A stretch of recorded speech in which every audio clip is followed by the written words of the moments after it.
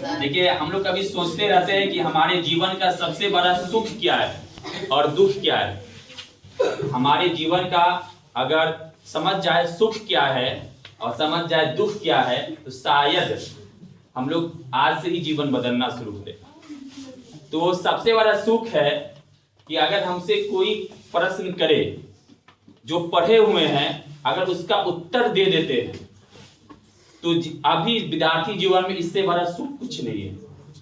हम जो पढ़ लिए हैं अब उसी में से प्रश्न पूछा जा रहा है, ठीक है। अगर उसका जवाब हम सही किसी को बता देते हैं वो भी खुश हो गया, और आपको जो सुकून मिलेगा यकीन मानिए उससे बड़ा सुकून अभी के जीवन में कहीं भी नहीं मिलेगा।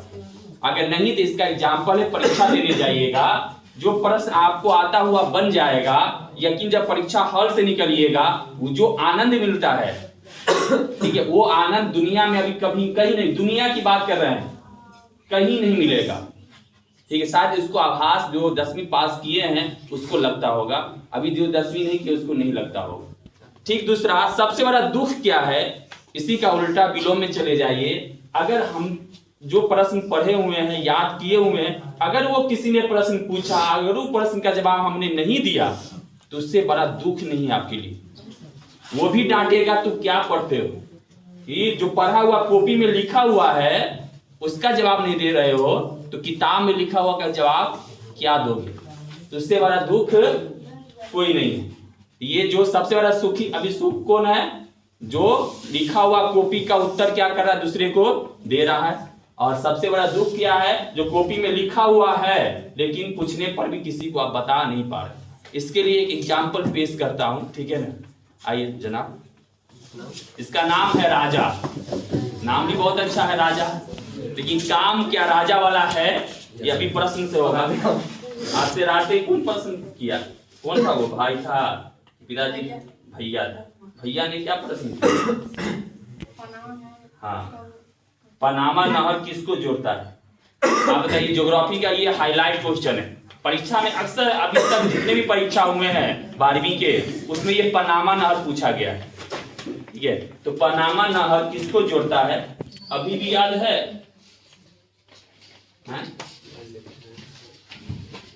आप लोग में किसी को याद है, ठीक है ना। हाँ, किसको जोड़ता है बताइए जोर से। हाँ, प्रशांत महासागर और अटलांटिक, सही जवाब दिया है। प्रशांत महासागर और अटलांटिक महासागर जोड़ता है, उसे क्या कहते हैं, पनामा। देखियो वो जो जवाब दिए क्लास भरी में, उसको जो सुख खुशी मिलता होगा, और तुमको जो अभी सबके सामने में जो लिखा हुआ कॉपी में है कि नहीं बताइए। कितने दिन ये प्रश्न का चर्चा क्लास में चला है, फिर भी याद नहीं है। इससे तुमको तो रात भर सोना नहीं चाहिए था, लेकिन तो सोया, खराटा का नींद लिया हो, ठीक है ना। हंसी नहीं, अगर किसी कॉपी में लिखा हुआ कोई पूछ रहा है तो शर्म होना चाहिए, ठीक है, और उसको दिन भर पढ़ना चाहिए कि आज हमको लिखा हुआ क्यों नहीं हम किसी को बता पाए। ये इस पर क्या लिखा हुआ है, बॉय। बॉय माने लड़का होता है, नहीं लड़की नहीं होता है, लड़की लड़का होता है। तो इस बॉय का पहचान बनाइए, ठीक है। पहचान ये होगा कि आप इस पर मेहनत कीजिए, ठीक है, करिए ना से। अब हम भी पूछेंगे कॉपी, किसी का कॉपी उठाएंगे फेयर कॉपी, किसी दिन हम भी पूछेंगे कि तुम इसका जवाब दो, करोगे ना। चलिए ठीक है, तो पहले प्रश्न का उत्तर आप लोगों ने जाना कि सबसे बड़ा सुख क्या है। कोई हमसे प्रश्न पूछे उसका उत्तर देते हैं, ये सबसे बड़ा सुख है, और नहीं देते तो सबसे बड़ा क्या है, दुखी है। तो दुखी को दूर करने का उस पर मेहनत कीजिए। अब आइए दूसरा पॉइंट, ठीक है। दूसरा पॉइंट ये है, हर दिन, आज हमारा जो दिन है, आज जो कौन दिन है, बृहस्पतिवार, और तारीख कौन सा, दिनांक 9 जनवरी 2025। जरा बताइए 9 जनवरी 2025 जिंदगी में कभी आएगा, कभी नहीं आएगा। या कल जो 8 जनवरी बीता है 2025, कितनों पैसे से खरीदना चाहेंगे, नहीं खरीद पाएंगे। कितनों बार पूरी दुनिया का ताकत लगा दीजिएगा कि 8 जनवरी चले आए, कहेगा कि नहीं आऊंगा मैं, जो चला गया चला गया। ठीक उसी प्रकार आज 9 जनवरी जो चला जाएगा। इससे पता चलता है आज का दिन में हम कुछ नया सीखते हैं कि नहीं। अगर कुछ नया सीख जाएंगे, हम लोगों में एक मुहावरा है या मुहावरा पढ़ते होंगे, नुक्ता के हेर फेर से क्या जुदा हो जाता है? खुदा जुदा हो जाता है। नुक्ता के हेर फेर से खुदा जुदा हो जाता है, और वहीं पर नुक्ता के मिलने से खुदा से मुलाकात हो जाता है। तो आप अगर डेली आई, नहीं पर दूसरा गांव में सुनते होंगे, बूंदे बूंदे क्या भरता है? तालाब भरता है। तालाब को एक बार भरना चाहेंगे, नहीं भर पाएगा। जो नेटवर्क स्कूल के सामने तालाब है, पूरा खाली कर दीजिए और एक दिन में कहीं भर दे, पूरा नहीं भर पाएगा।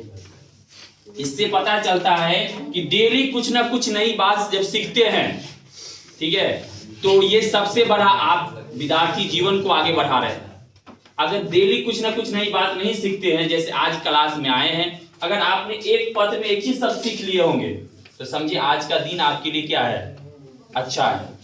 लेकिन आप कहेंगे सर हम तो ऐसा करते ही है, डेली कुछ ना कुछ नई बात सीखते हैं, फिर हम सफलता की तरफ क्यों नहीं बढ़ पाते? हमारे गांव में भी बहुत 10वां पास है, 12वीं पास है, बीए पास है, वो भी तो कुछ ना कुछ नया बात सीखा होगा, डेली एक ना एक प्रश्न सीखा होगा।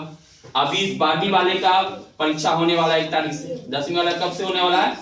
अभी खूब पढ़ता होगा, अभी खूब गेस क्वेश्चन, ठीक है ना, कहीं से आ जाए कोई नोट दे दिया, अरे प्रश्न हो तो, ठीक है ना, परीक्षा में, तो उसको खूब याद करता होगा।